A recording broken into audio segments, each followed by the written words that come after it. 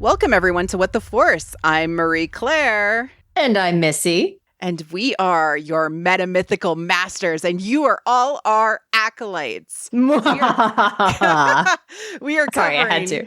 the Acolyte from a meta-mythic folklore fairy tale perspective. So this might be very new for you, and that's okay. We're going to walk you through all of the amazing things that are going on in Disney Plus, Lucasfilm's new show, The Acolyte. I'm so excited.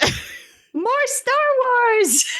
More Star Wars. More femgaze. That's right. Star Wars. It's super femgaze. I'm super excited. It is. Just remember to like and subscribe to keep up with everything. Of course, you can always support the show on Patreon. We love questions and comments. We collect them all week between our shows that Missy and I do together, and we like to talk about them. I just want to do a quick shout out to all my patrons on Patreon. They are the reason that I am able to continue to afford this show. So thank you so much. Especially Sophie H., who recently signed up for my highest level. And I really, really want to thank her. I asked her why she was signing up for this level that nobody had ever signed up for, but I love her so much for it. And she said that she found this podcast through the Willow episodes, and it really deeply enhanced her enjoyment of the show. And she really just absolutely loves how we approach storytelling through this mythical lens, and felt like it was absolutely eye-opening.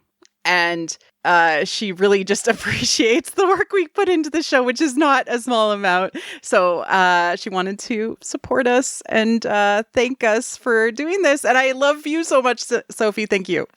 Thank you, Sophie. So as we get into this, we will be covering sort of mythic themes and motifs, as well as kind of some fandom conversations and talking through the whole show. So thank you for joining us. What the Forest really digs into these mythic ideas. And we try to kind of teach about them and talk about where we learned about them, as well as, what to think about. It's really how these ideas present in the media that we love and why it affects us. And so we're happy you're here.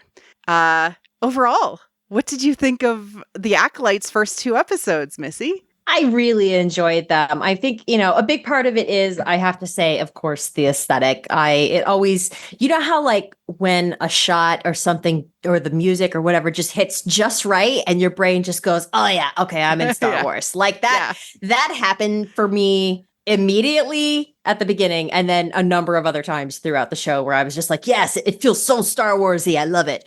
And at the same time, it was all new in so many ways, and that was wonderful. I enjoyed that it is far enough removed from the events of the 3 trilogies that there was nothing in it that felt like some kind of, callback or Easter egg. And I know there are a lot in there. Don't get me wrong. I understand that. But you can enjoy it on a level of, hey, this is a brand new story in this world. And that felt really good. It felt really good to just be accepting of maybe new fans or new watchers, in that like anyone could come into this and be like, oh, okay, it's a fight. It felt familiar from a stylistic perspective, much like George's films always felt familiar. We talked a lot about this in our nostalgia episode, that it's purposeful to feel that way, but yet it also felt like absolutely the best aspects of all 3 trilogies. Like just the feeling of being in the world felt familiar, but also new. And that is a hard thing to get right. Yeah, it's really tricky. And I think one of the interesting things is that they have to walk this really tricky balance of, on the one hand, it has to look older than or look as though it predates the prequels, because it does. But on the other hand, it has to look kind of shiny and new, because this is like the heyday of the Republic. So like trying to find that balance is really difficult. And I think they did a great job. I absolutely loved the combination of Wuja. So like like kung fu fighting or, Mhm. like just martial arts films in general. Moves, the restaurant itself felt at home. Mhm. Mhm. Apparently it was a bar. I was like, they sell noodles. It's a restaurant. They sell noodles. I know. Yeah. They focused a lot on show, don't tell. And my two examples for that is Jackie is obviously a new Padawan of Soul because she kept on asking permission to speak freely. Like they weren't very familiar with themselves, but they never Mhm. once said she was a new Padawan. Mhm. Other than this is your first field mission. Yeah. But There's just indicators. yeah, it wasn't Jackie is a new Padawan directly like in the text or anything like that. And that's Yeah. okay for me. I think it's great. When they get to Olega, the Jedi robes in the outpost were like older and coarser. It's like obviously they don't have the Jedi funding of Coruscant. Yeah. Well, and in the Coruscanti robes are gold. Yeah. I was like, whoa, Yeah. fancy. But like when they're out in the like regular galaxy, they're like a little lower key, but still not as rough as like Olega, which is this outpost Jedi temple. Yeah. It's yeah. like, well, they don't get funding. yeah, they don't get funding. And also just in general, it's this concept of, during this, again, the heyday of prosperity and peace in the Republic and everything, you still have these kind of rundown parts of the Outer Rim. Mm-hmm. And, the whole idea is that part of the way that unrest is able to grow in the galaxy is because everyone's really tired of the disparity and of being ignored and everything. And it ends up being a ripe place for, this darkness to grow. Exactly. I absolutely loved the focus on characters, but give me more. I want more character moments. I want emotion. I want everything. It still felt like it was a little held back and restrained, maybe to maintain the mystery. And I know the Jedi are stoic, but we like more emotion. And they did, like, when you rewatch, you can see the subtle acting in especially like Yord and Jackie and Soul and like everything, like it's there. It's just, I want more. I want everybody to be going through it. Yeah, no, I'm with you. There were a couple scenes where I was like, you could have milked that for more. I was like you could have kicked that up a notch. So I agree. It's a little restrained to start off with. I'm hoping that's just because they're going to give themselves a place to go as far as the big swings of emotion. But I am definitely looking for it in upcoming episodes. It was refreshing. Yeah. Yes. Okay, let's dig into some of our big themes and mythic motifs. So the first thing we need to talk about is archetypes. And if you've listened to our show before, please allow your attention to wander or just get the refresh.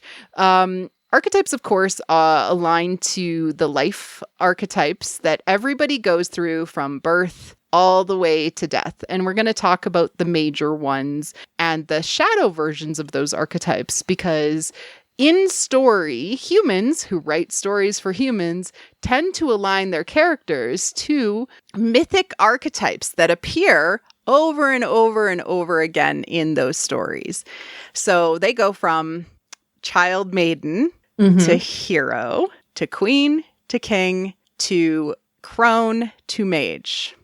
They are not gendered, but they are more inner focused to outer focused, and they go through that cycle: inner maiden, outer focused hero, inner queen, outer king, inner crone, outer mage. We will explain what they mean as we go along when we see them. But today, I kind of want to just tweak it a little bit and talk about how when you're on a positive change archetype, everything's kind of going well. You're very balanced. And when you actually see the archetypes in a visual form, they tend to draw them into a triangle. And the two bottom ones that are on the bottom are the shadow archetypes. And so shadow has a very strong meaning in Star Wars because it is the dark side. One shadow side is a passive negative archetype and one is an aggressive shadow archetype.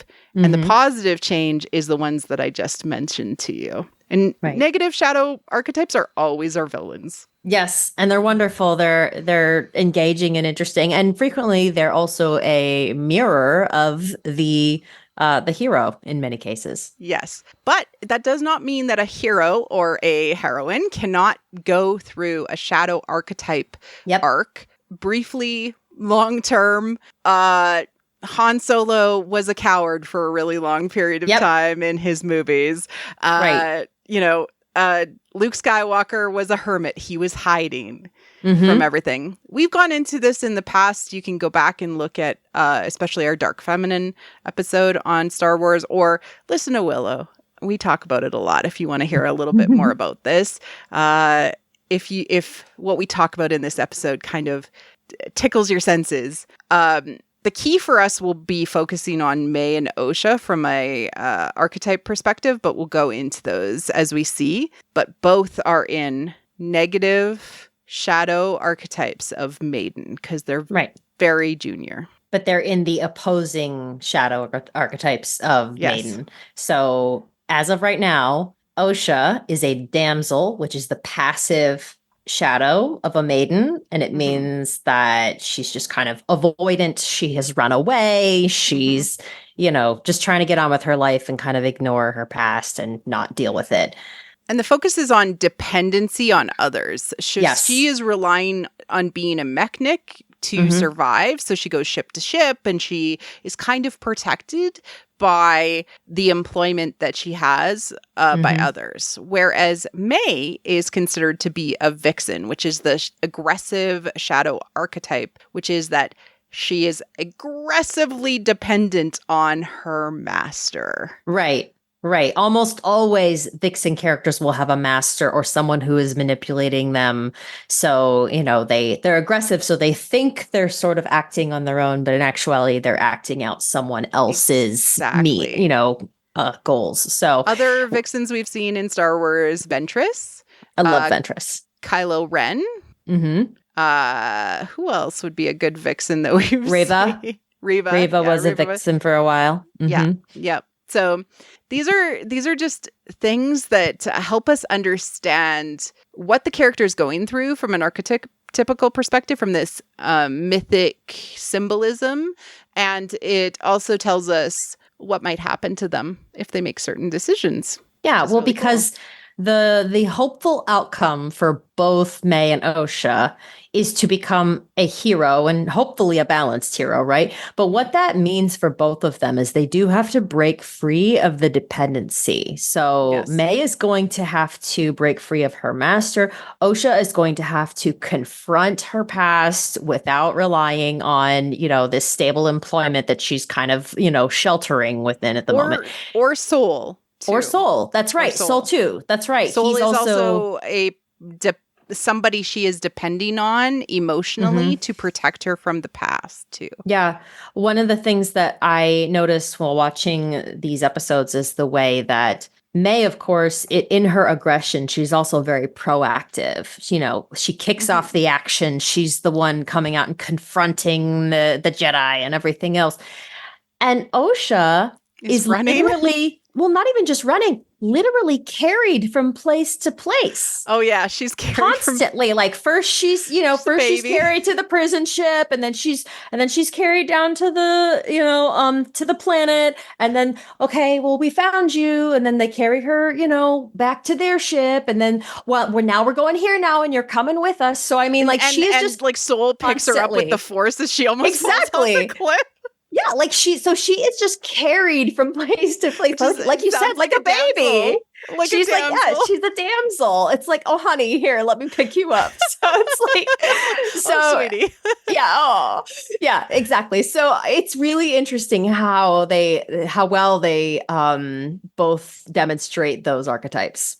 Another key factor about being in the maiden stage is that there is often a predator who represents the hunger of initiation. So sexual hunger, desire for power, things like that. And we have one in the show, and I'm so happy about it. I'm super excited. It's so subtle.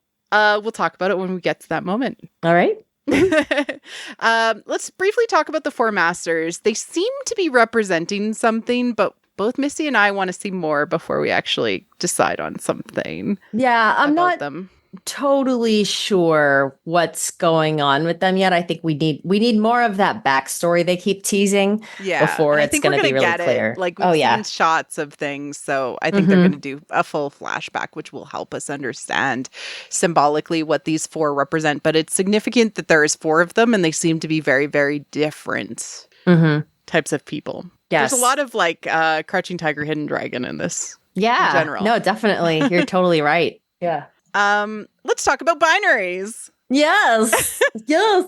It's maybe the biggest mythic motif and theme. Yeah. And the minute you realize there are twins involved, you know that's what's going on, because that is what twins are, always and forever in story. That is what they are. And it's interesting because we've talked a lot about how often a married couple and twins are treated as interchangeable in mythology. So what's the example? If I keep forgetting, you know it more than I do. The Egyptian. Isis and Osiris. There you go. Yeah. They were born as twins, but are also married. Right. Yeah. So divine twins, but like they're the ultimate example of, the divine twins are 2 in 1. And that can mean a dyad. A dyad, exactly.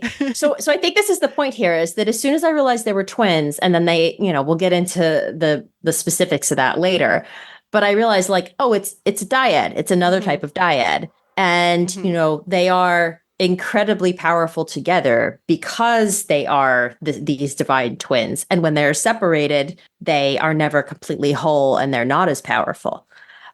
Which raises the question of perhaps the mystery at the center of the Acolytes, which is perhaps they were separated on purpose. Yep. Because of their power. Because they were too powerful. Yep. So I think that's going to be the thing. We'll see. Speculation. I suspect the same. I think there's a lot of hints that somebody somewhere, it wasn't just pure accident. Somebody knew what they were doing when they were separated. And it was probably the Jedi. Yes, probably the Jedi. It's probably, we know they're out there snatching kids all the time. It's what they do. Like Leslie is on our same page and is like, all Jedi are bad Jedi. I know. Oh my God. I was laughing. I kept writing ACAB. I was like constantly, like, especially because God bless, I love Yord, but every time I saw him, I was like, he's such a cop. He's like, he's a baby cop. Like, I love that my kids love this show. I didn't talk about this in the overview, but that's the biggest thing for me. They asked me to do this show with them instead of you. Oh, I love them, but I'm like, we'll do something after. It's fine. You're busy with finals and stuff. But Robin literally halfway through, we had to pause it, but between the episodes just to like get snacks and a drink and stuff like that. And Robin's like, Yord is a gun happy cop. And she is. Oh my God. Yeah. Like a gun happy cop and like pretended to like wave the lightsaber around in a scared way to mimic Yord. And I was like, oh my God. Yeah. I have it in my notes so many times. Like literally every single time he does something, I'm like, Yord. Yeah. Oh, that was off topic. We were talking about duality. Let's talk more about twins and some of the mythical divine twins. Female divine twins are very rare. Extremely rare. Extremely rare. So let's talk about the ones that these two reminded me of. Specifically Helen and Clytemnestra from Greek mythology. You know Helen of Troy.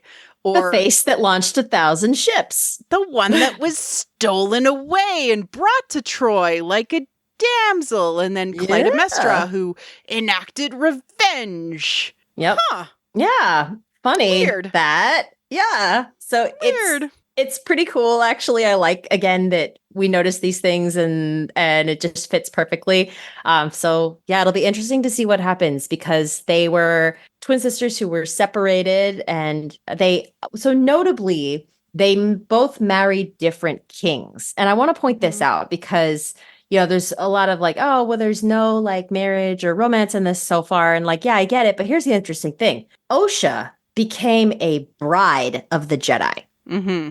May became a bride of whoever her master is. Dark side, yeah. The dark side, exactly. They're in a union, a dark union. So this is So this is important to remember is that, in terms of their role in the story, each of them have become brides, so to speak, of the light and the dark. And that is also how Helen and Clytemnestra were, as they were, these brides of these opposing sides, because it was Troy versus the Greeks and everything. So it's fascinating, kind of, especially if you see what happened to them afterwards.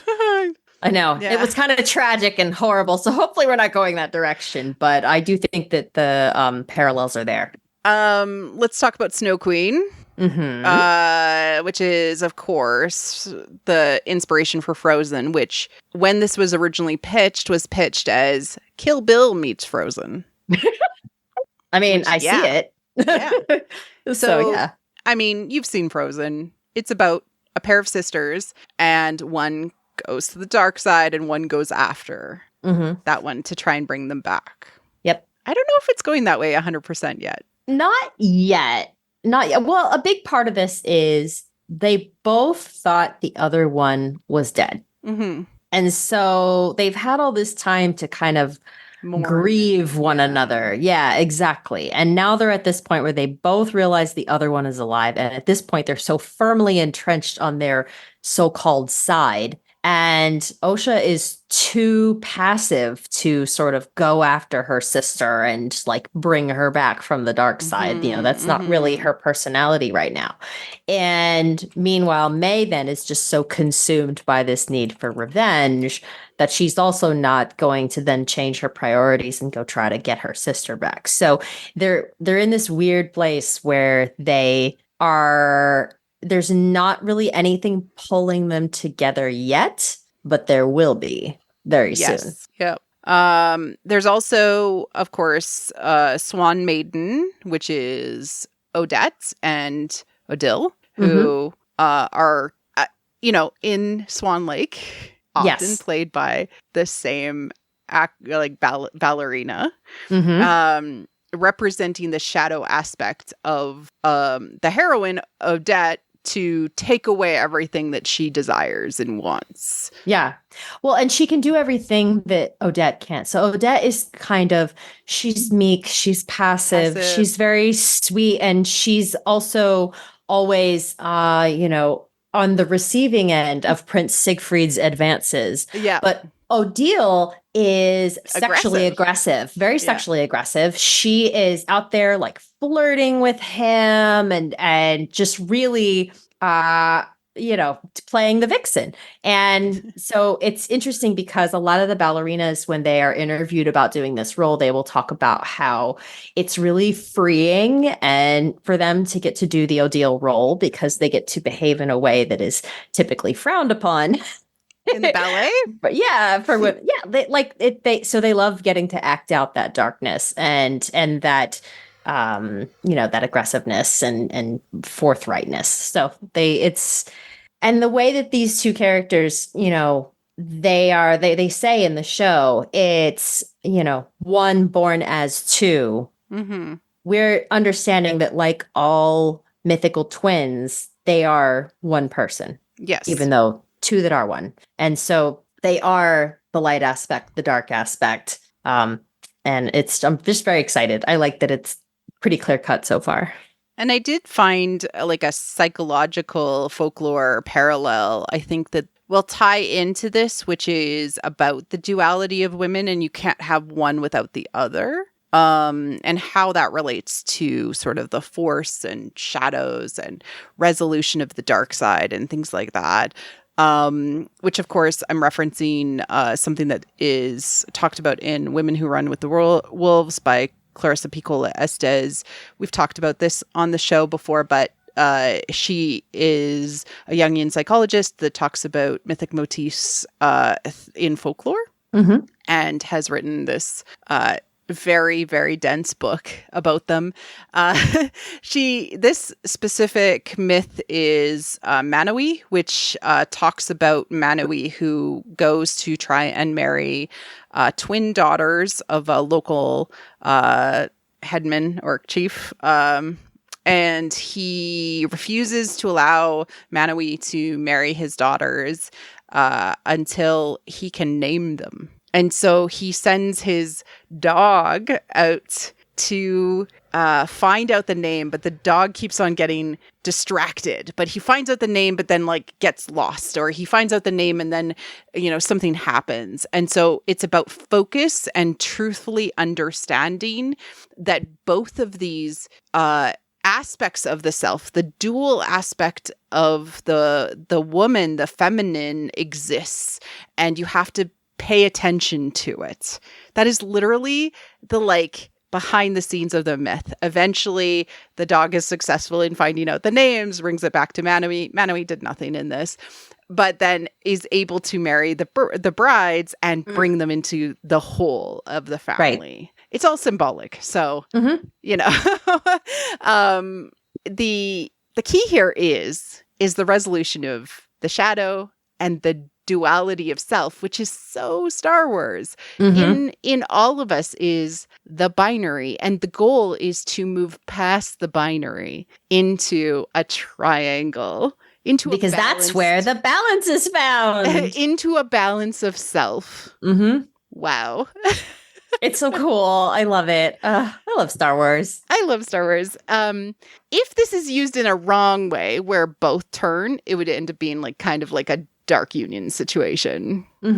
It's possible. I want to put this out there. I don't think it's likely, but it's possible. And the reason I say it's possible is because, firstly, this is a story 100 years before the prequels, and it's sort of like about when the seeds were planted for the eventual destruction of the Republic. So we know at this time, well before the fall of the Republic, that the Sith were moving in darkness and kind of growing in the shadows and everything else. And so my understanding is that this story is sort of talking about the beginning of that. And in order for that to be true, everything can't be rosy at the end of the story. Yeah. So while I do think we will probably have a positive resolution for our main characters. Yes, for our main characters, there will be a growing darkness as a result of whatever happens here. And so the question to me is simply how much of that is occurring with those main characters and how much is just not. The things that we see because right. The Jedi are worried about political enemies, which is all, things like that. More like the stuff that's going on around has been crumbling for a while, or you see the cracks start to, we see the cracks start to break in the institutions as we're experiencing these things, or do these main characters maybe put an elbow in the crack and widen it up? Right. It's possible. Especially if they, there's all the fires, and we have to get into that as well, all the fire symbolism. Oh, fire symbolism. It's everywhere.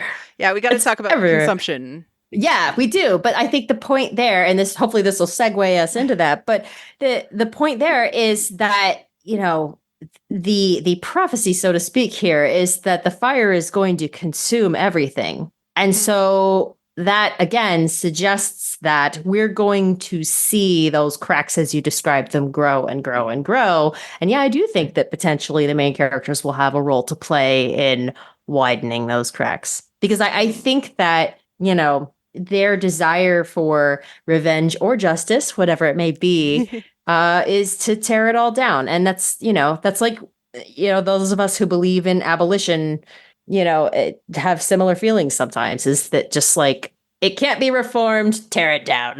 We didn't even talk about the duality of the titles of the episodes, but perfect. They're so great. It ties into this dual binary conversation, which is the key about Star Wars. Is Star Wars tries to present itself in binaries, but it is always beyond the binary is the solution. Always. The third way. I've talked about this endlessly. So cool. Yeah. Ownership of over the force is a building theme. We'll see it more. We'll talk about it more when there's bigger things to talk about. Memory and past, and not quite understanding or being truthful about the past is really big. So like kind of like Rashomon effect. They've talked about that and how much they liked the Last Jedi aspect of that. So cool. Eclipse, Missy. Eclipse. Yes. All right. So it's funny because I had seen in some of the promotional materials what looked like an eclipse, but I wasn't really sure.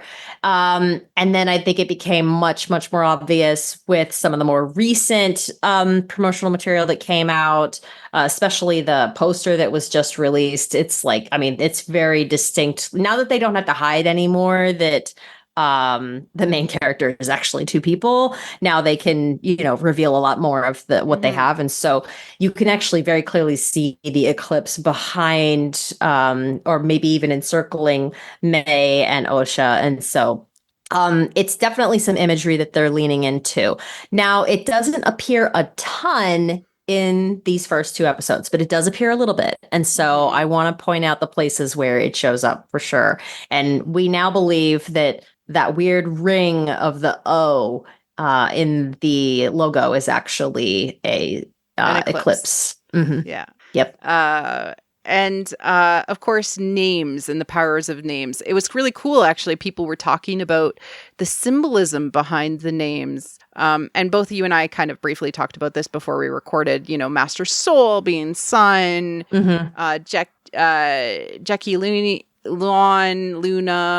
Lone, like moon, or Jord being like Swedish for earth. Like there people are talking about this. This is really great. But we also think that it might be homophones related. Yeah. Homophones, yeah. So it's just like I like that they're using things that the general population see and recognize as symbols. Yeah, well, it's one of the reasons to use something like a homophone is because of the fact that people have an instinctive reaction to it. So, for example, Darth Sidious. Well, what does it sound like, right? It sounds like Insidious, right? And so you don't need to sit there and analyze that name. You know exactly what they're going for when they say that's his name. Tyrannus.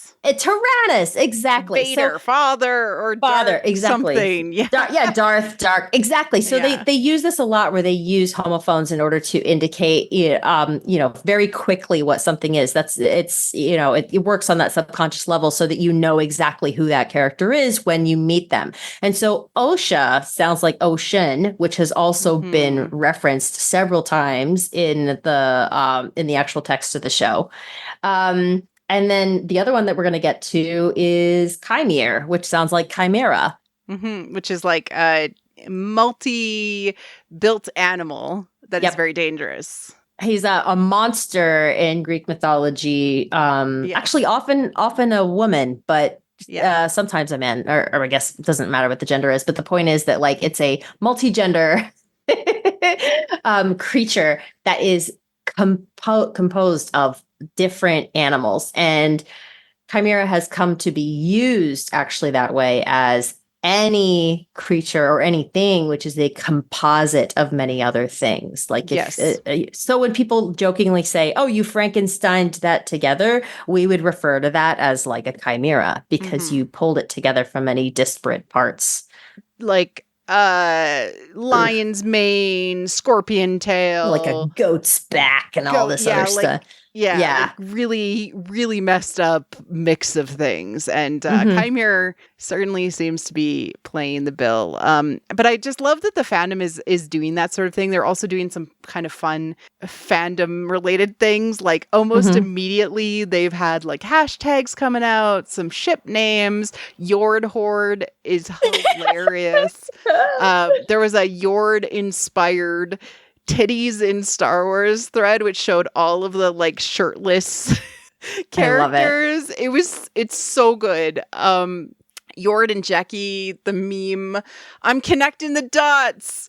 And then Jackie, like, you didn't connect shit. Like, it's really funny. There's also been fan cams of Chimere, like fan art. Like, okay, so this is what I like to talk about when media resonates with your sort of deep psyche, it creates creative energy. Yep. And so that's what's happening. If you're like, why is this so cool? Why is this so neat? It's because it's mythically resonating with you in a deep psychological way, and it is producing energy to be creative. Yep. Yeah. Congratulations. It is Star Wars' gift to you.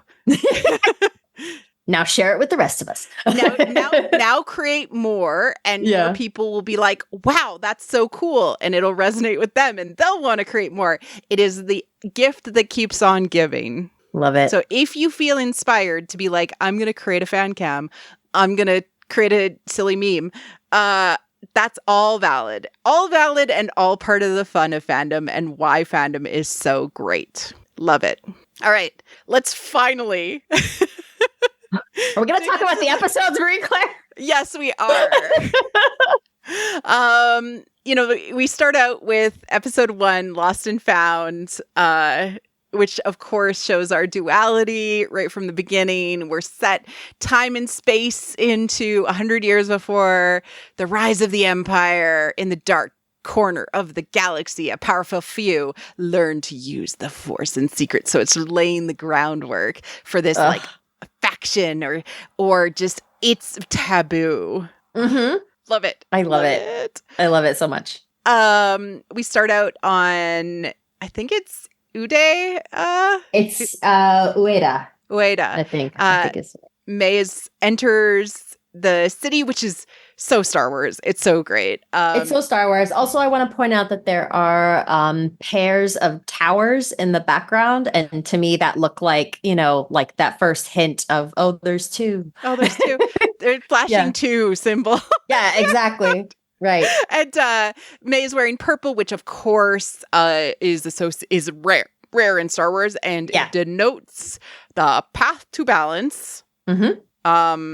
Great. She enters into this restaurant and immediately picks the fight with the Jedi. Yep. We have unfinished business. Attack me with all your strength. And then she moves into this movement, which shows she is not intending to pull a weapon. I think this is super significant, but I don't know what it means yet. Do you have any thoughts? I don't yet, because I have to be honest, the whole you have to kill a Jedi without using a weapon. I'm still not 100% sure what the purpose of that is. So I'm sort of it's just one of those things where I'm just tracking it. But because even Saul doesn't know, later on when she confronts him, he's like, why are you not attacking me with a weapon? So it's not totally clear yet. Mystery. So yeah, it's a mystery. She definitely grabs for the lightsaber. Which is interesting. And then during the fight, Indara moves her hair slightly on May and sees the ritual scarification on her forehead of the circle that kind of looks like the yin yang. Right. Of course, that's often an initiation into adulthood within many cultures within our world. It will be super interesting to find out what that means from the faction. Yeah, I really can't wait to meet, the women in the trailer. I'm very excited. You and I are obsessed already. Oh yeah, we're the biggest fans already. I know. I was a little bummed actually that she wasn't in these first 2 episodes. I was like, I was so excited.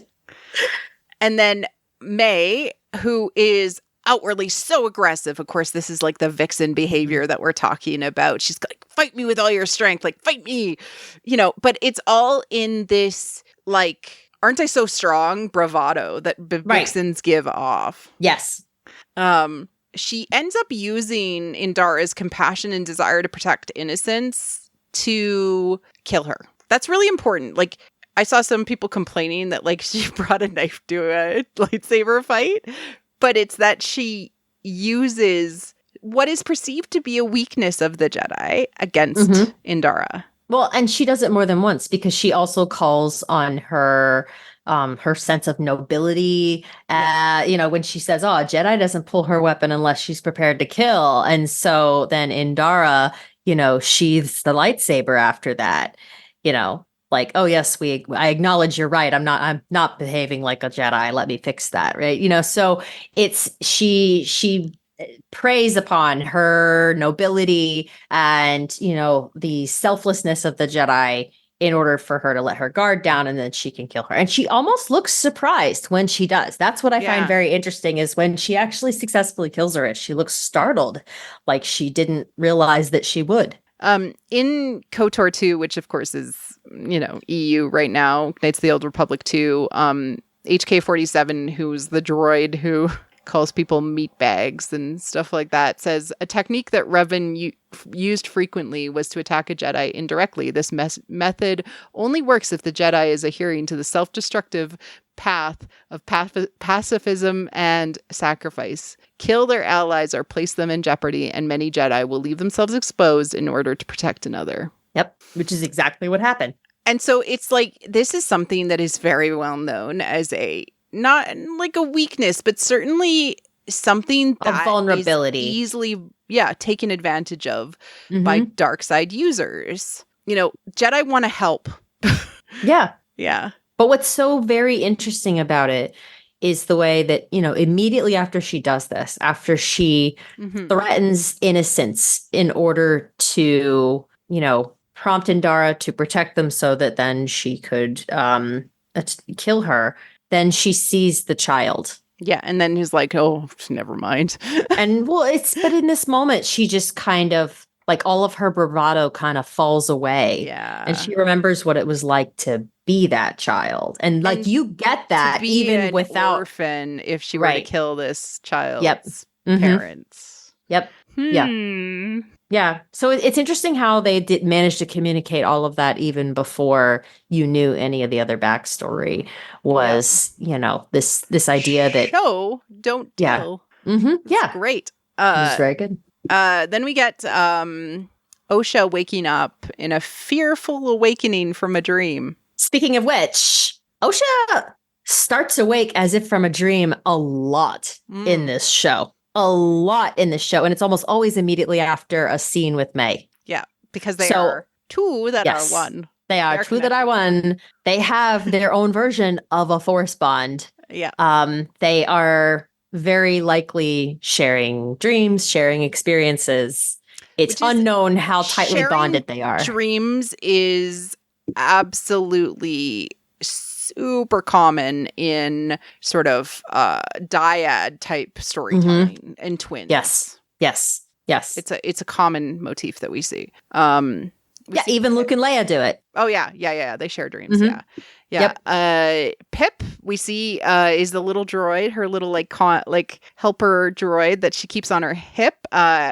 He was puppeteered by Jack Parker, and they actually auditioned puppeteers. Oh my gosh! And there's this great clip, which I'll include in the liner notes, of Amandala, who plays Osha and May, obviously talking about the audition period and how Jack basically, this is adorable, mimics Pip to be like his very young infant daughter. Oh my gosh. I love it.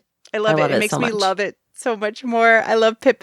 Pip is a good boy. My favorite moment is when she says, I'm very flexible. And then Pip is like, and she's like, oh, yes, Pip is very flexible too.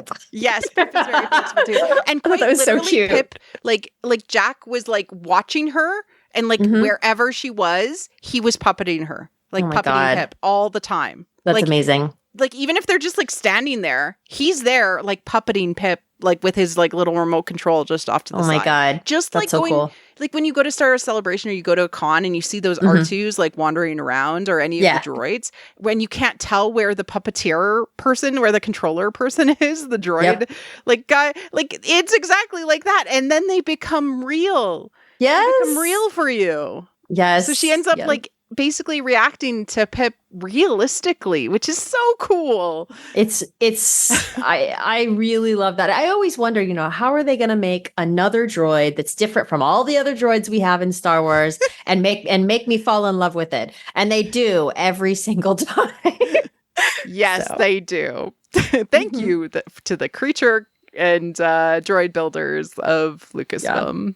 Love you. She is acting as a mechanic, which is kind of like a shortened Star Wars version of a mechanic. Yeah. Mm-hmm. I don't 100% understand why the Nemodians use her versus like Astromechs. But I guess she's just flexible and Yeah. I don't understand the reason, but I accept it.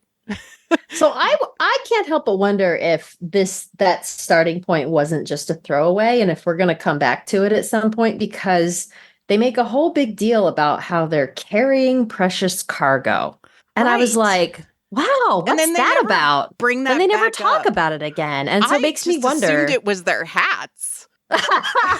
Yeah, right? Exactly. Those Nemoidians, they had the best hats. Yeah, it was fun. I liked seeing them again. But it was really, really interesting, especially when they were like, oh, trade feds never use shields. Because, of course, we know that the shield ends up becoming a big deal in Phantom Menace. So, yeah, it's just really interesting. But I am curious, like maybe they won't ever come back to it. And that was just a throwaway. But the fact that they made a big deal that they were carrying precious cargo and then never told us what it was makes me go, huh, what's going on there? Yeah. So her colleague, fellow mechanic, had been on Nashadar, which is a hut planet, also called Smuggler's Moon, where they went to a trip to the bar and they had a lot of fun, but she decided to stay in, which is supposed to show us she's actually May, but it's not a very long-standing red herring. I didn't fall for it at all, but that's okay. I kind of see what they were trying to do by putting any sort of small seed of doubt in our minds as the viewer. But they go outside on a spacewalk to go and fix this thing because the shields aren't working, which is interesting. And then they kind of mess up a little bit. Something sparks and a fire starts. Mm-hmm. Let's talk about fire. All right. Let's talk about fire. Consumption. Fire. Yes, fire is consumption. So if you see fire, it is symbolically the same as a mouth with teeth. Yeah.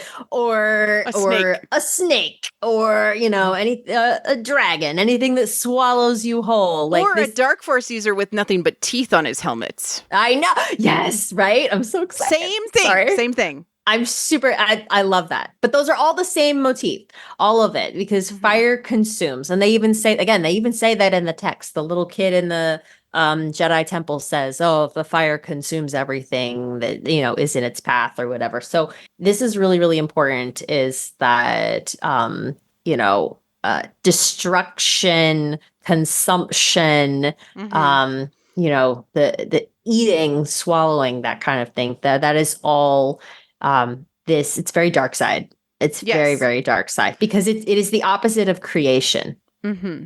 And it ties to how balance is achieved, which is symbolically the consumption is also like the snake that is endlessly eating. And the secret to the snake no longer endlessly eating is to have it eat its own tail and create the Ouroboros, the balanced, symbol of unity, to say you are now in balance. There is consumption, but there is also creation as part of it. Yep. And it is a big symbol in what is called alchemical union, which is when you experience a transformation psychologically, you go through alchemical union where you bind together pairs of opposites. So we are saying the problem is consumption, i.e. we are not in union with our opposite. Yep. And speaking of the opposite, there's also the binary, because fire is symbolically the opposite of water. There's also a big emphasis on water, oceans, snow in this show. So oceans, water, show, stars, burning, bright. Yep. Both of those things are together. And the sea and everything. Yeah. So you hear and see a lot of this throughout the show. They're definitely showing these two opposing elements, and May and Osha are symbolic of them. May is fire, Osha is water, and you can see this appearing several times in the show. Yep. Little moment, they called them trade feds. I love it. I know. Like the casual slang. Language. Yeah, exactly. The slang. Yep. Yeah. I love that. And then the Nemoidians who are running the ship, Jedi? ugh. Ugh, I'm so sick of it. And then Jorn comes in, and he's such a cop. He's such a cop. Jorn Fandor and Tassaloa. Jorn, like, he pulls out his Jedi mind trick, like, so quick, like, I'm gonna, you know, and he's just like, he just gives big cop energy. He does. He has big cop energy. I love him. Like, the more I love him too. Like, watching him second watch, I was like, I'm obsessed with this little awkward guy. Like, a big awkward guy. I'm just obsessed with how awkward he is. He's so funny. I'm just like, oh, baby.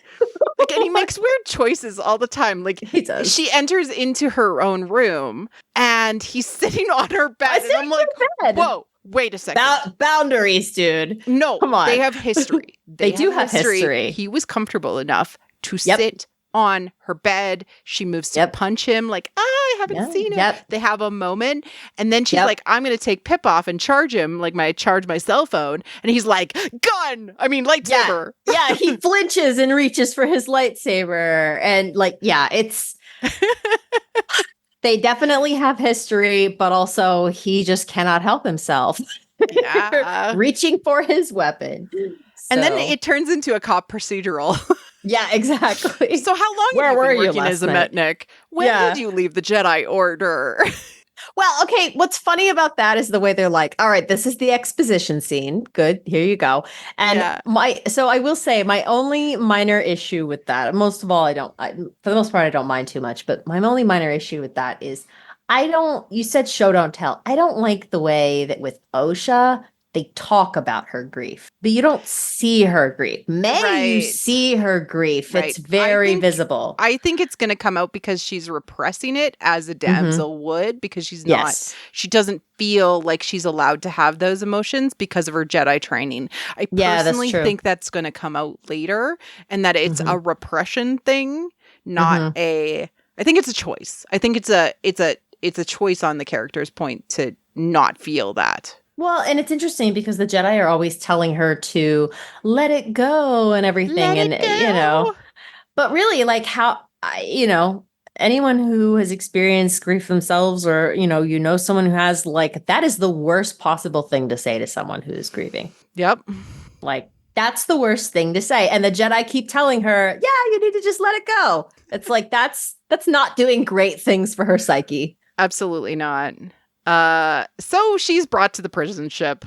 Oh, wait, quick note. 6 years since she left the order. Typically, exiles in folk tales occur for 7 years. So she would be coming up upon her 7th year, which is the point at which she would need to re-enter the world, just to be clear. Oh, interesting. Yeah, yes. 7 is really important from a folklore perspective. Yeah, so. We cut to Sol at the Jedi Temple on Coruscant, teaching the younglings. He compares the Force to diving into an ocean. We already know that Osha is the ocean. And people are like, the kids are like, balance, life, fire. I love the kid who's like, fire. Yeah, and then he's like, yes, the Force grows large and it's powerful, like fire or the ocean. And we must respect that. I loved the, like, Lee Jung-jae, I love you so much. You're literally like every teacher who had that kid in class. That was like, exactly. And you have to do the quick pivot to make it positive. Like, the quick pivot was so good. It was really funny. No, I loved that. I just want to call out, just because there are going to be people that didn't listen to our trailer reaction that we did. We did cover the fact that his words echo Obi-Wan. Close your eyes can deceive you. We must not trust them. This is really important because on the one hand, yes, it is a callback to, for the audience, to what Obi-Wan said, but it also is potentially a warning. It's a warning to the audience not to trust our eyes. And it could even be a warning for the hypocrisy of the Jedi and the ways in which the Jedi have been corrupted, because they are sort of gaslighting everyone. Oh, don't trust your eyes. Yeah. You can't trust your eyes. And we get that directly in the text. Right. Like the next scene. Yep. Yeah. I also want to point out, we said that this might be a flashback, and we were wrong about We were that wrong about that. in the trailer, but I do think that specifically having a little girl who looks like a young version of Osha or May who says fire, it was like foreshadowing, of course. I think it's still deliberate, it's deliberate even though, from a soul perspective. Yeah, like he would see May or Osha in that child. Yes. Yeah. So we were kind of right. I'm stretching. I'm connecting these two dots. You're not connecting shit. Vanessa immediately comes in. He's like, "Okay, kids, go have lunch." Suspect in custody. Osha, it appears to be Osha, your old Padawan. And immediately she's like, she talks about the fire on Brendok. Yeah.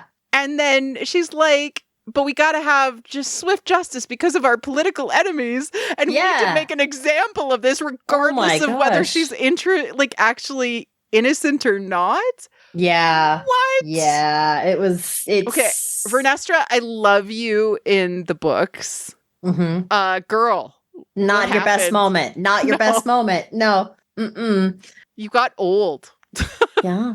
Maybe that's it. Maybe that's it. You got embittered and protective and maybe a bit miserly as a archetype. And we will see more. So maybe when she talks with them about how hoarding of power is what misers do. Yeah. So we'll talk about it if we see more in future episodes. The prison ship.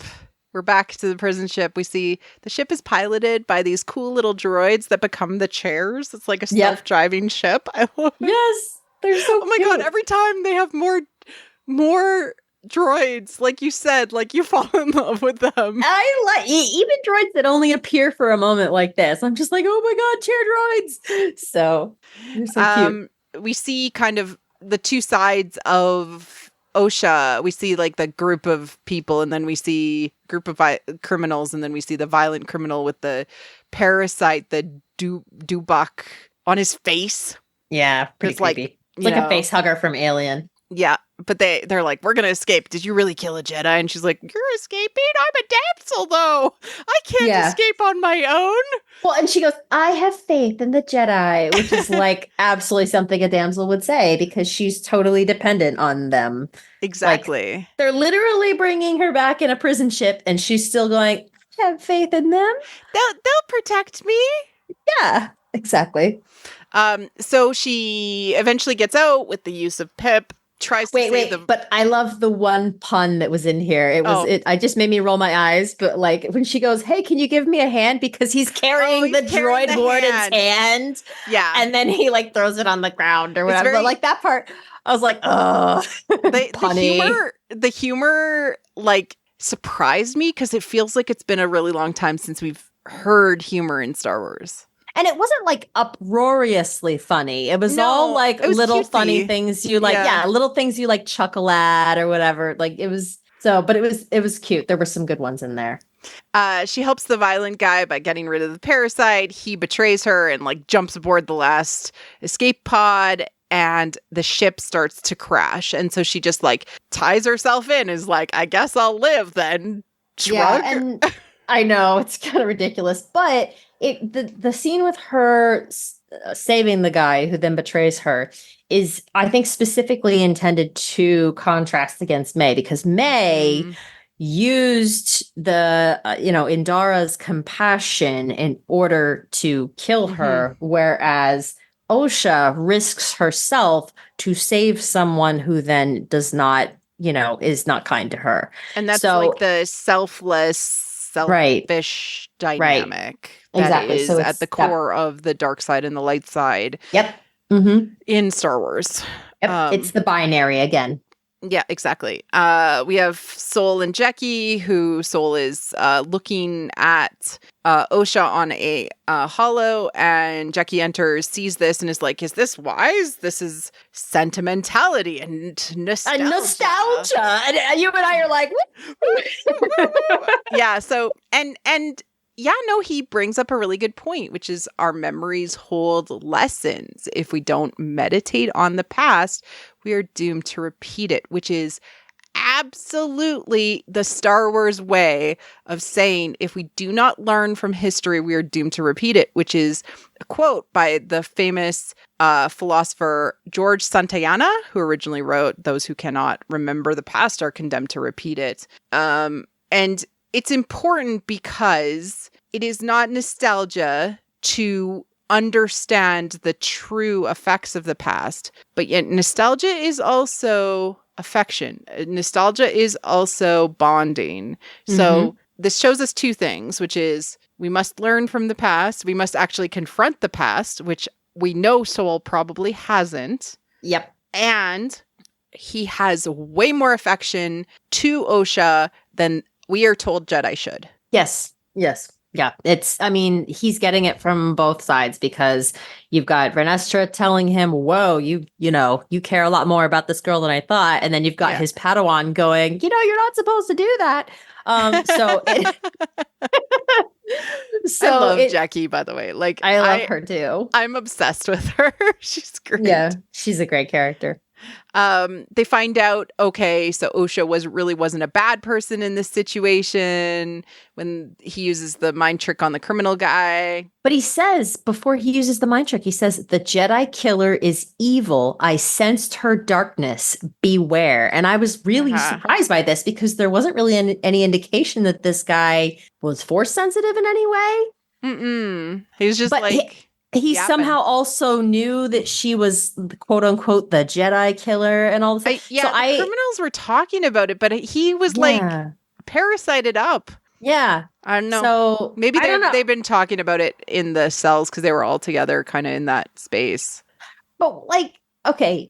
My point is, maybe it's a throwaway. Maybe it's just what he overheard. But when he says, I sensed her darkness, this is where I wonder if he sensed if he is force sensitive, did he sense the connection between her and May? Because again, she and May are very closely connected and that we think they're sharing dreams. We know later that there are visions in which they are together and that kind of thing. So May is Osha's shadow, and maybe if someone is force sensitive, they could sense that, and then they interpret it as Osha's darkness, which technically it is. And theoretically, because of the eclipse symbolism, they could switch places. They could. Exactly. And that was the other thing I was thinking about was the extent to which they could sort of body swap maybe in a future episode. That would be fun. or do things through the Force. Or do things through the Force. Oh, man, I love it. Yeah. So we have Osha awake on the snowy planet, which is Karlak. I love the fact that they considered making this a desert and made it a snowy planet on purpose. The shot, because there's sparks falling on the right side of the screen, which is fire. And then there's snow falling on the left side of the screen, which is water. Oh my gosh. It's so cool. I'm obsessed with that shot. I rewound it 5 times.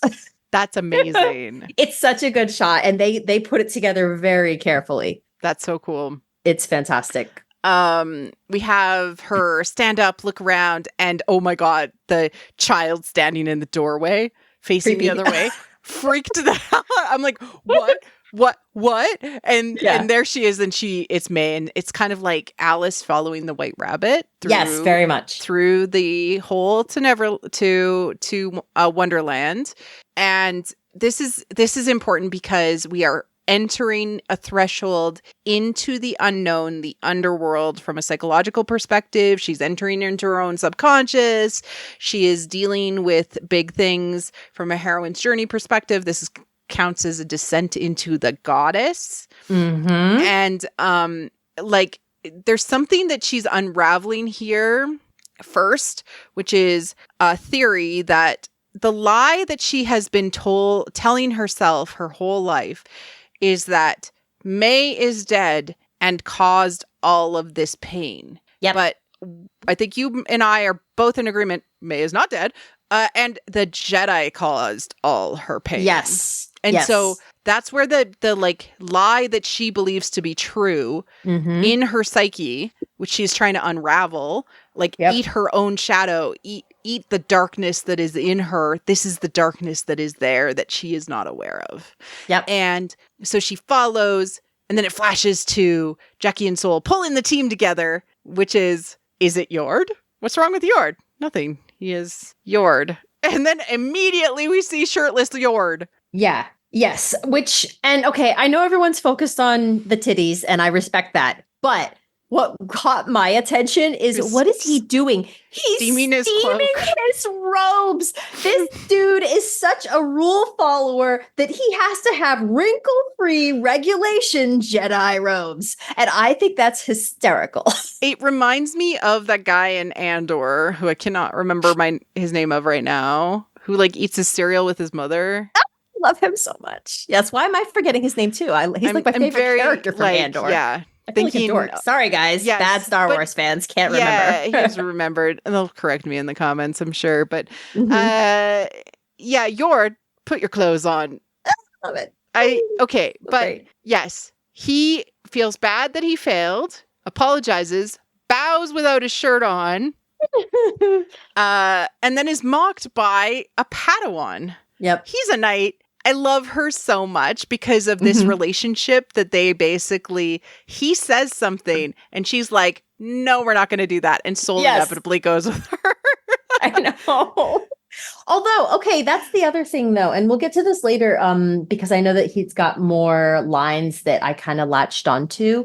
But what's interesting is that on the one hand, Yord is this consummate rule follower and he's totally a cop. And he's almost always wrong. And he's got the other characters going, yeah, sure, Yord, whatever. But sometimes he says things that I wonder if they actually are foreshadowing. And so I'm very curious to see whether he ends up actually being right about some things. I am very suspicious of Yord. Yeah, are you still? I'm less am. suspicious. I'm less suspicious of him now, having seen these two episodes, than I was from the trailer.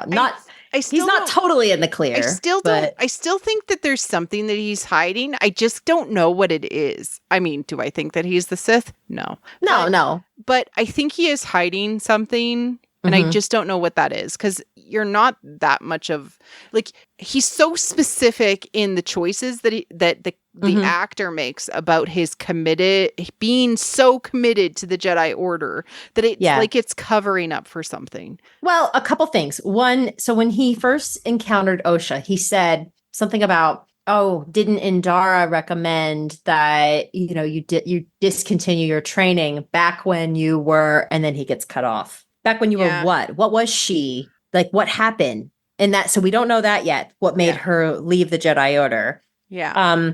But I strongly suspect he had something to do with it. And then you have, what was the other one? Sorry. What did he do or say that made me think? I don't remember. Anyway, whatever. But like his history with Osha, I think, plays into all of this. Yeah. I think there's something. Yeah. Yeah, and so there's something going on there. We don't know enough because mystery, right? But there is. Oh, I know the other thing. The other thing was he only became a knight 2 years ago, whereas she had been a knight at the time that she left, which meant that she had to have. Was she a knight? They said she was a knight. What? Wow. Yeah. Interesting. They don't refer to her as a former Padawan. They refer to her as a former Jedi Knight. Interesting. Like she was Soul's Padawan, but she became a knight. Interesting. Yeah. Huh. So I don't know. Unless that's just a weird way that they wrote it. They sometimes call them Jedi Knights to external people. Yeah, that's true. So could be, I guess. I think she left when she was still a Padawan. Maybe we'll have to check. I mean, we'll find out. I'm sure. Yeah. Well, the reason I bring it up is because when she meets Yord again, she says she kind of jokes with him. She thought that he would never pass his trials. Yeah. And so, again, I feel like there's like the history is going to play into this, and Yord's behavior, I think, comes from that. Yeah, I think so. So we flash back to the Force vision. Osha is following little May in the storm, and she's like, "Hello, Osha. Hello, sister." So creepy. We get a flashback to Brendock. This totally reminded me of a longer version of the TFA Force vision that Rey has in the basement holding the Skywalker saber. Oh, yeah. So it's so interesting. I was so focused on the similarity to the Dagobah cave and then to the Mirror Cave in TLJ that I wasn't even thinking about the vision in TFA. TFA is so tight. Like it's so quick. So full of stuff like that. It's full of stuff, but it just reminded me so much. Very similar. You're right. Of that. And we get into a limerick. You're with me, I'm with you, always one but born as two. We see their home as they're kind of wandering through stuff. It looks like their former home. As above sits the stars and below the sea. I give you you and you give me. Okay. And Osha finishes the you give me line. Okay. So as above, so below is like very significant. It's used in the Bible. Mm-hmm. It is the idea of the connection between heaven and earth. Yep. So as what happens below on earth, so happens above in heaven. What happens in heaven, so below happen. And in the context of Star Wars, it would be what happens in the Force happens in like the galaxy. Yes. Well, it's also the fire water thing again, because stars are fire, sea is water. Yep. And the other thing is, we talk about this a lot when we talk about Starbride, is that the sky and the sea are mythically interchangeable. They are the same. Like the sky is also an ocean and the sea is also a sky. And because water is reflective, they are also both viewed as mirrors. And so as above, so below, this is because they reflect one another. Yes. So, yeah. And it's very, very similar to that line that I said from the Manawi myth, two women who are one. Mm-hmm. They are each other. Yes. Yeah. And they can't really exist without each other. That's really the critical thing, is that they must be united in order to be whole. They can't be separated. It is a dismemberment of sorts. And that's the other thing I wanted to reference here is, immediately right when they start to say this rhyme, that's when they're running through the burning forest. Now, granted, it's a flashback, but it's more than that, because where were they immediately before this? They were in a frozen wasteland. When something is frozen, it's in stasis. It's not changing. It's not transforming. There's nothing new happening. And so that is the state of Osha's psyche. It is frozen. Yeah. She's not, she's not allowing any new experiences or ideas or emotions or anything to enter her life. And what happens in this sort of vision or dream that she has is that then she's thrown into a burning forest. So first of all, a forest, of course, maiden running through a dark forest. This is what they do. Is a transformational motif. Yes. In fairy tale and folklore. Mm-hmm. And for those going in to transform. Exactly. And for those of you who have not listened to our Willow episodes, we talk about, one of the more famous examples, of course, is Snow White. Think of the Disney version where she's, escaping into the forest and she's terrified. But when she comes out, then her life starts anew. She's transformed. And so this is what we see a lot. So she's running through the forest and it's on fire. Everything around her is being consumed. The old is being consumed so that the new can be born. And she literally meets her sister and is reborn as the younger version of herself, where she sort of stopped growing previously. This mirrors the motif that we see in Sumerian myth of Inanna meeting her sister Ereshkigal in the underworld. This is the big motif that we talk about when we talk about meeting the goddess. So you meet the dark goddess in the lowest depths of your own psyche and face the thing that you were unwilling to face, which is your sister was alive and she probably didn't do the thing that you thought she did. Yep. And of course, this is how we transform away from these shadow archetypes. So we would expect to see Osha start to become more of a balanced version of a maiden. after this. We'll see. Yeah. I think it's going to take her some time. There are going to have to be a few other underworld significant journeys, transformations. More underworld journeys, more loss of the mentor, I think is going to have to happen before she's going to get there. So sorry, but I think Soul... I don't want it, but yeah, I mean, it's she's got his number. he could end up being wounded, injured and unconscious, out of like action. Leia. Like Leia, yeah, like Leia would be a good, like going into the sleep mode, like you're in a back to tank. But it's more likely in Star Wars he will die. Yeah, warned. You are all warned. I love him. I love him too, but there's part of me that wonders if, because the whole thing is, you think that Osha might kill Soul. Maybe, but I also think May might use Osha to kill Soul, similar to how she did with Indara. And the fact that she would use her own sister to kill her mentor is pretty damaging to their relationship. Yep. All right. Well, we'll see what happens. Yep. But then Osha awakes in a startled fear again. Another waking. It's like her third or fourth waking already. We haven't even got through all of them yet. She wakes up a lot.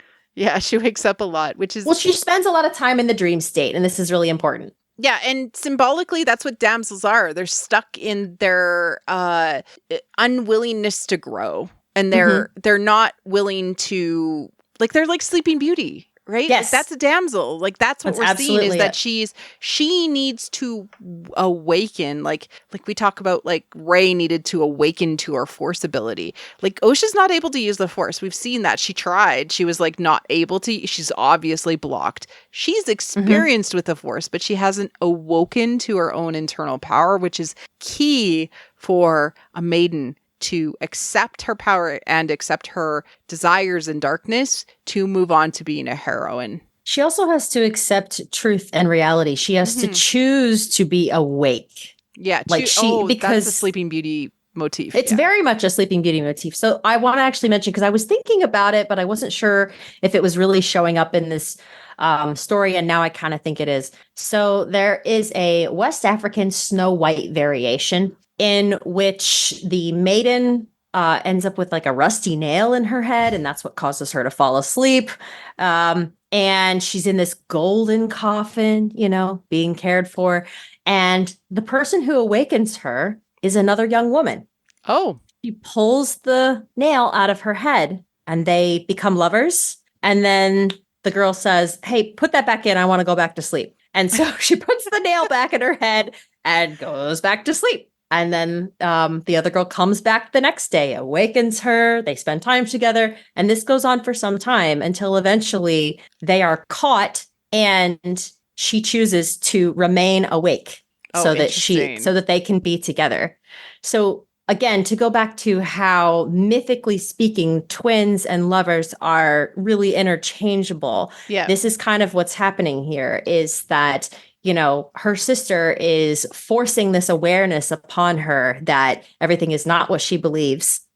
And she keeps sleeping and waking because she hasn't sort of yet accepted the truth or learned the truth so that she can be fully awake and aware. Yeah. No, I love that. That's so cool. It is incredibly cool.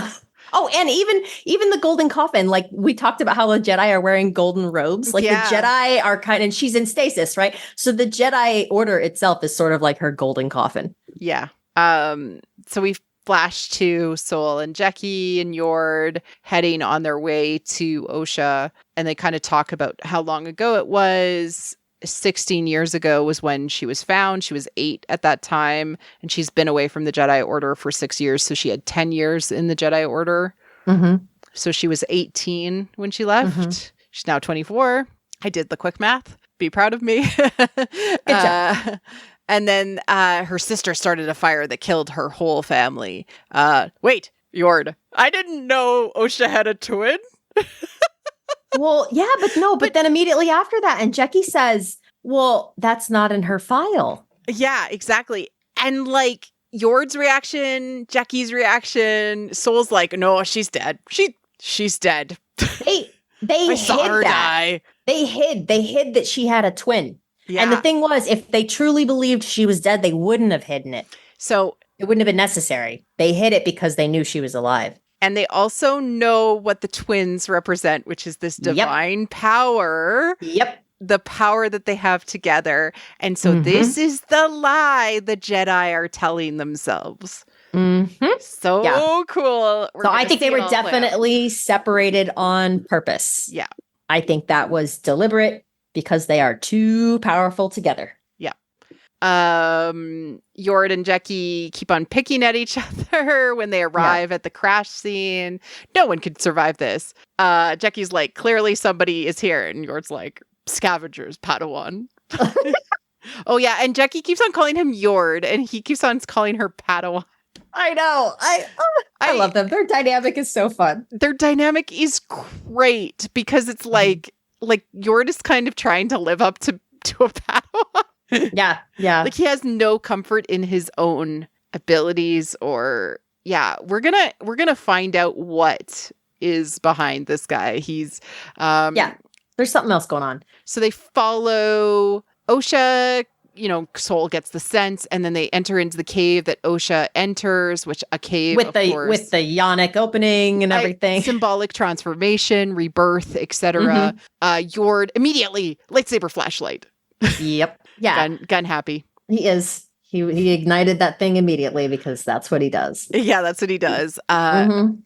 Osha ends up on the other side of the cave again and is on the edge of the cliff and is trying to convince them, no, I didn't do it. And Soul, she slips and he saves her again, damsel. And I wrote down, he saves her from following ... foreshadowing. And so this is where I'm thinking, speculation land. Me and you just speculating. Sure. What you said, like, I think he's going to get in the way of her doing something bad, but die. Yep. I think it's very likely. And of course he has girl dad face. He loves her so much. Does. Lee Jong-jae, you are a master of acting. I love you. You know where the camera is and you know what to do with it. You are amazing. Yeah, it's so good. Another thing that we didn't talk about yet, I think we kind of skipped over this during her escape from the prison ship or whatever, or attempted escape rather. She can't use the Force. What's up with that? That she's kind of blocked from using the Force. She's like she really can't. And so when she falls, the whole point is she can't catch herself, which a Jedi should be able to do.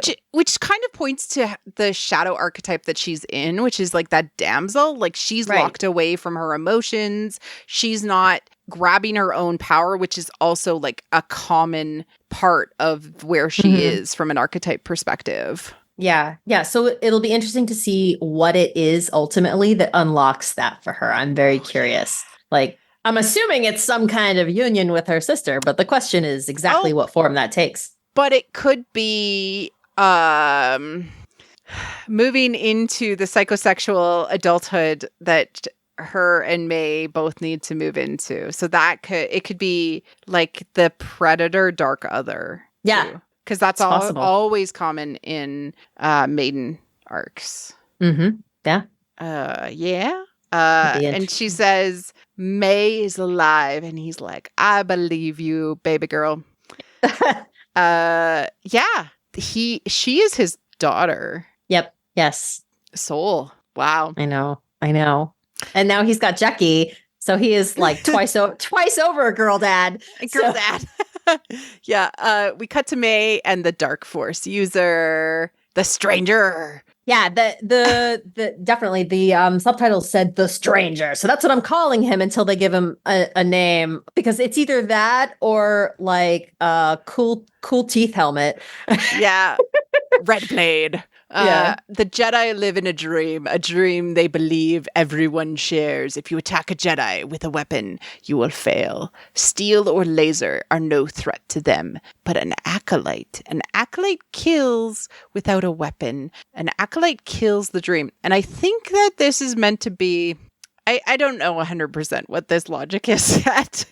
It just sort of reminds me of like, that quote from HK47 is that like this is the idea that they hide behind their weapons and they feel like they can't be touched. If they do kill without a weapon, it means that anyone could kill a Jedi. Yes, regardless of the lightsaber. Well, and ultimately, dream here is being used to say illusion. Mm-hmm. And it's talking about tearing down the illusion, the lie. And one of the ways you do that is it's like the whole, like, how do you kill a god thing, right? Yeah. And then you demonstrate that they're not really all powerful. And so I think that, to your point, I think that is the intent. The intent is like you kill them without a weapon. And that's why she keeps kind of like grabbing at their lightsabers. And yet then when the lightsaber falls on the ground afterwards, she doesn't take it with her.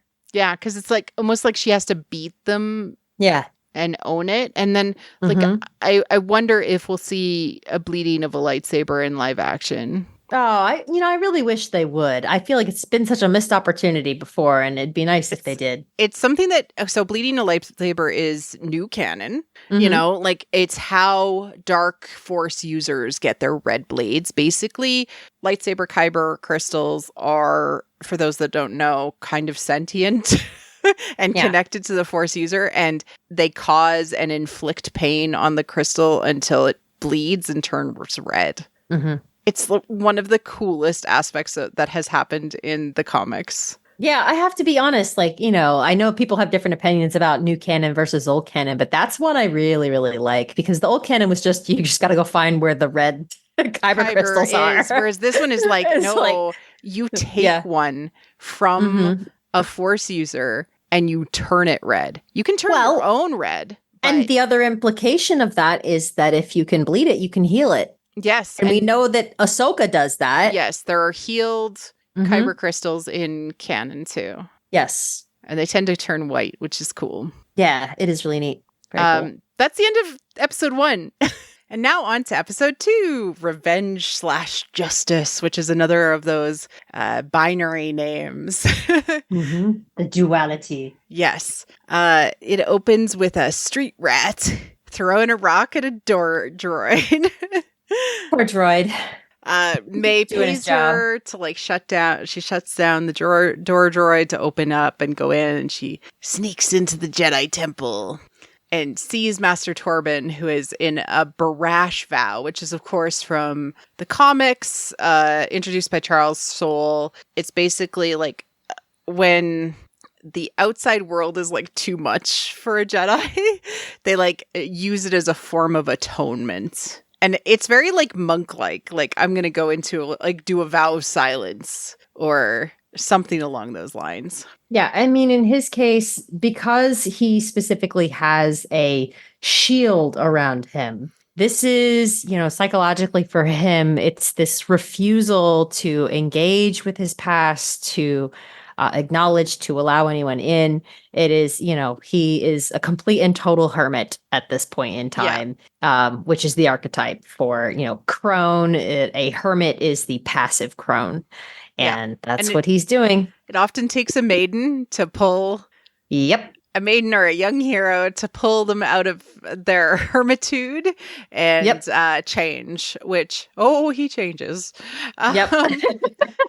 Yeah, I liked how they basically used sort of a cool magic trick to do this, which is that they like sometimes you'll see magicians do this, or like street performers where they're like balancing on something and it's like a very thin, like very solid piece of metal that they're sitting on. It's like lo-fi. I love it. It's great. Yeah, it's very cool. And Team Soul is heading to Olega to go and investigate this and find out what's going on.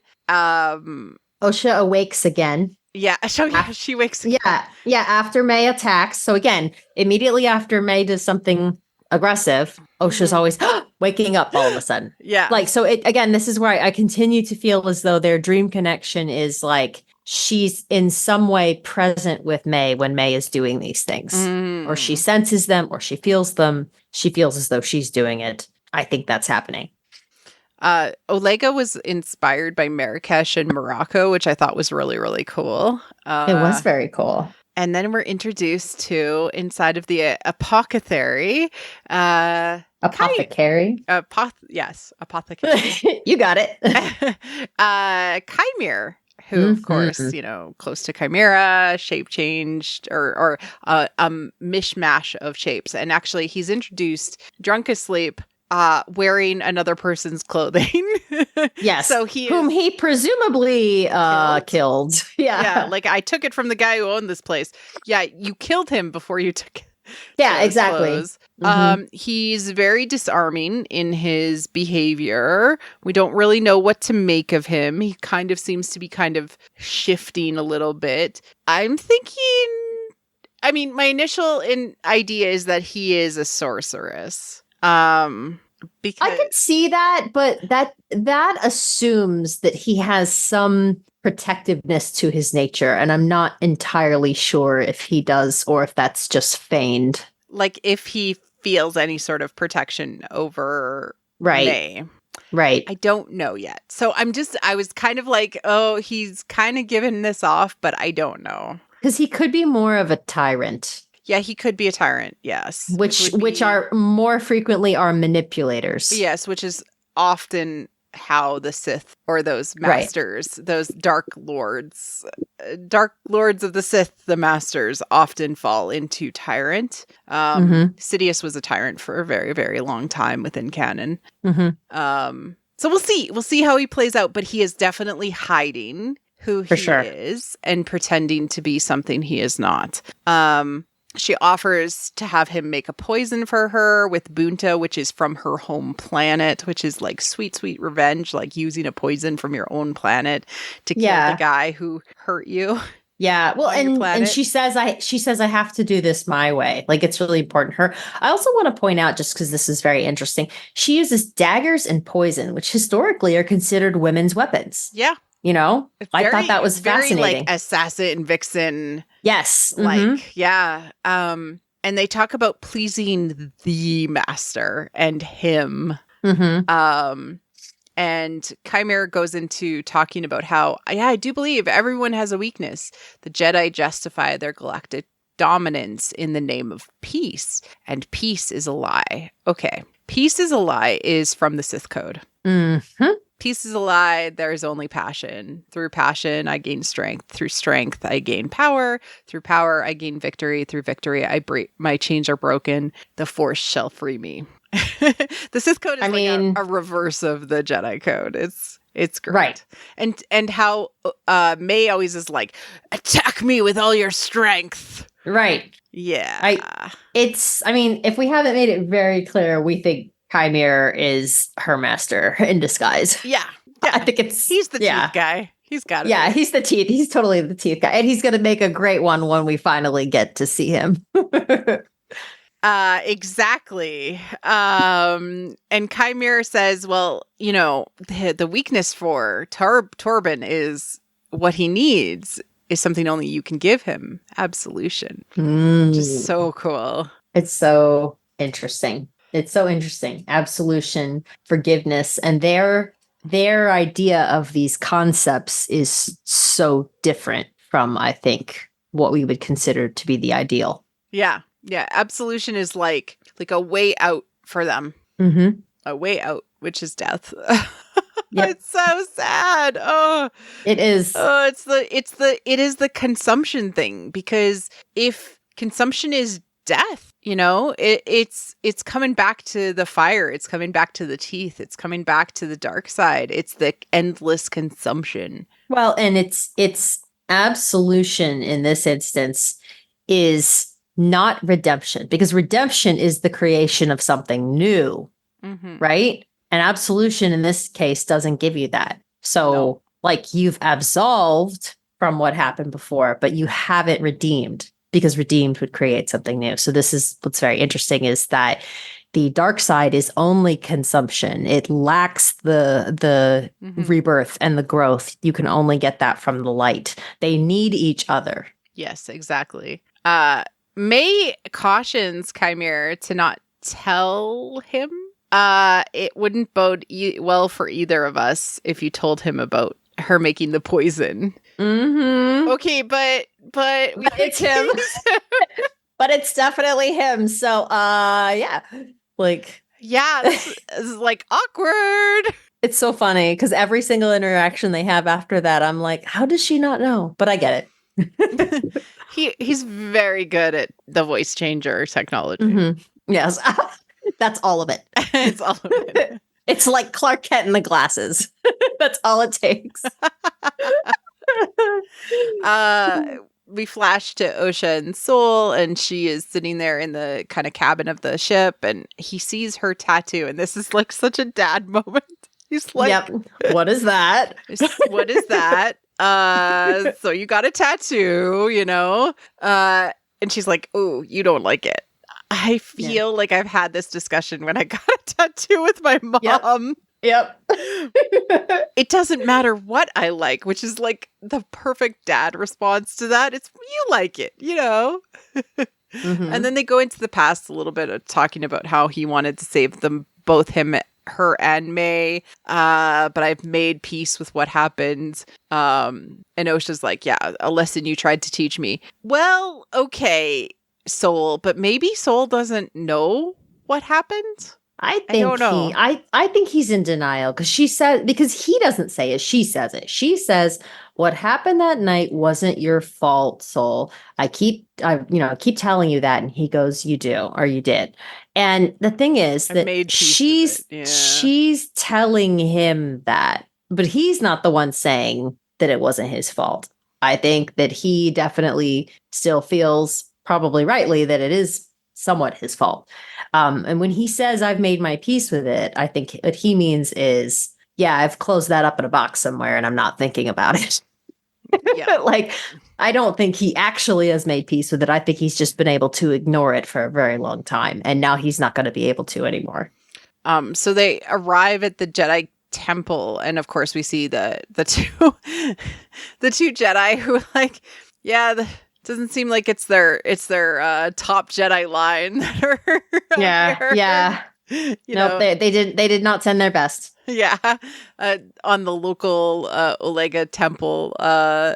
So they go and they're like, oh yes, we must speak with Master Torben. Master Torben hasn't spoken in years. But we flash to May entering through the top in to speak to him, and she says, confess your crimes to the Jedi or receive the forgiveness you seek right now with the poison, right? Right. He can't confess the crimes to the Jedi because the Jedi are guilty of all the crimes and they know it. Yep. There's no one, they wouldn't harm him. That's the problem. Well, they wouldn't hold him accountable. Yeah. They wouldn't. And it's like they would just cover it up. We're already seeing how they're engaged in a cover up. Mm-hmm. And so, it's confessing. I mean, I don't think that's why he's doing it. I think he's actually doing it because he's legitimately a coward. But the point is that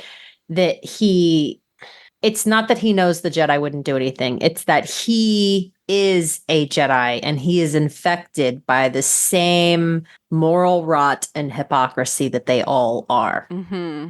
And this is why someone like Osha is going to be the only one who can, break out of that because she specifically left the Jedi Order. She's not one of them anymore. She's not part of that system. And once she realizes that, she'll be able to, hopefully make a change. Torben says, we thought we were doing the right thing. But you don't think so anymore, do you? No. Poison is super interesting as a choice. I mean, consuming of the poison is like taking your medicine. Yep. Symbolically. So like he is acknowledging what he has done wrong, which is like just the symbol of doing this via poison is significant. Mm-hmm. He's eating his sins, basically. Mm-hmm. Yeah, exactly. So this is where I get to theory time. Okay, I'm into theory time. Do it. Because May and Osha were raised by mothers, I believe that a Force sect was raising a dyad to go against the Jedi. Oh my God, I love that so much. And then the Jedi I truly love it. Oh, that's rad. I'm into it. That's pretty great. Theory time over. All right. My head is spinning now. I love that so much. Wow, that's cool. Okay. It ties into what they said at the beginning of the episode in like the text, right? So that there is like a purposeful choice for people to, be learning about the Force, learning the secret. Force, and then they're like, we need powerful Force users. That would be twins who are in the Force, and So, so with the dyad concept, this is the place actually where the eclipse imagery shows up. So above Torben, there is an oculus, and there are two levels. There are two levels to the oculus. There is one circle and then another circle above it. And you see at night, the first time May visits him, she looks up through the oculus and sees the moon. And the next day when she returns, and then afterwards, Osha finds Torben dead and finds the poison, and she looks up and there's the sun. I love it so much. So yeah, Good catch. I was very excited when I saw that. So we have to pay attention to the eclipses and the sun and the moon too. Definitely, because the moon has an effect on the ocean. Exactly. Well, and like sun is fire, moon is water. Yep. Yeah. Okay. Oh, exactly. Ooh, it's all there. Okay. So they're like watching this apothecary that nobody can recognize, who's quite Chimere, and Jackie's like, Yord's like, Jackie, stay on lookout. I will approach him and stun him. He's so proud of himself. He looks so excited. He's going to get to use his new toy. He's really stoked. And Jackie's like, or we just skip all of that and send her to talk to him. And Yord looks so dismayed. I died. I love the way she's like, or we could just do like a parent trap. And he's like, dang it. Dang, that's better. He's like, oh. He's so sad. And then Soul's like, yeah, we'll go with that one. Yeah. And then he makes him hand over his weapon. He's like, but she shouldn't use it because of ordinance, blah, blah, blah. 13 regulations. And he's Yord. she knows how to use it, Yord. Like, it's just so funny. He's such a cop. He's such a cop. He really is. Oh my gosh. Osha and Chimere, they're seen. So, and he's like, hi. The secondhand embarrassment I got listening to that, I was like, oh my god. But it was perfect because it was perfect. She didn't react the way he was expecting, so that automatically tipped him off, right? Right, exactly. You're back so early. May, are you okay? Did the poison work? Oh my god, he gets so close to her. And then, wait, you killed Torben without the poison. He will be pleased. So the music goes. Whoa. Yeah. And then there's like this switch because he knows. He knows. Well, she says, I wanted to thank you. And the fact that clinches it for him. Yeah. Because up to that point, he's suspicious, but he's not sure. But then she says, I wanted to thank you. And he's like, you look just like her. And so this is where he turns into Osha's predator. Yep. Because of how close he is. I can definitely see the intimacy coordination use in this episode. Probably for the Yord scene too. The intimacy coordinator is listed for all episodes, and so far I've spotted both of them. But the intimacy coordinator was used in this because of how close he got and how much it turns to a dark sexual moment. Yep. It's incredibly creepy. It's wild. I like how the team on the roof is like, let's go. No, wait, let's listen to more. No, let's go. Like, yeah. I know. And Yord's lightsaber is out. Where's May? Yep. He's like, I get to use my lightsaber.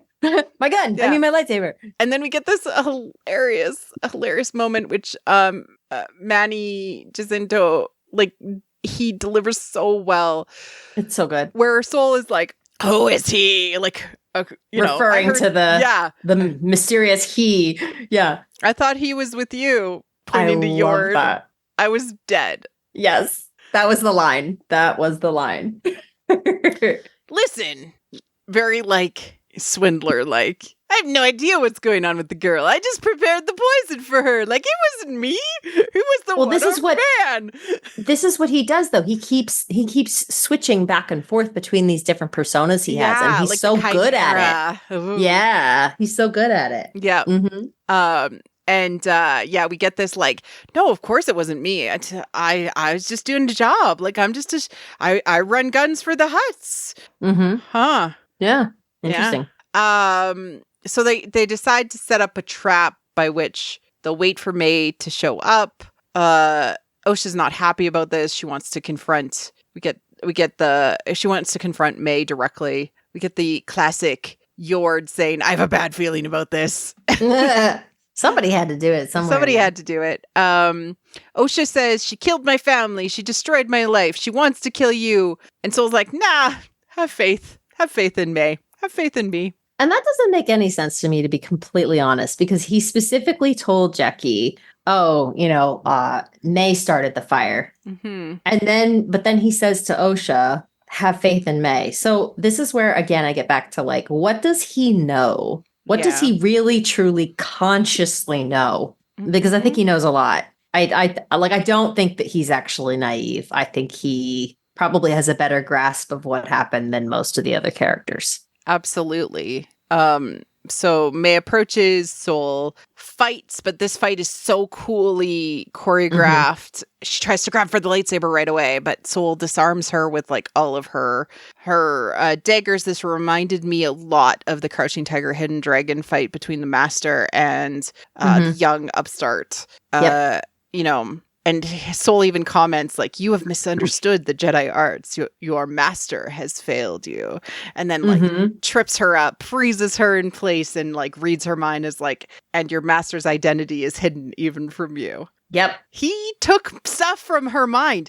That the only time we've ever seen that was Kylo. Yep. Whoa. Okay. Yeah. Well, and he had her prone and immobilized. Yeah. When he did that. Mm-hmm. So, yeah, it's all there. Mm-hmm. Which is not a good thing, Soul. No, Soul's not doing a good thing. Exactly. No, but he's very desperate, I think. May sort of escapes, is on the ground, and notices the dust on the ground, and it turns it into like a dust smoke bomb with the Force, which is so cool. I thought it was a neat use of the Force. I've never seen it used that way before, so I really loved it.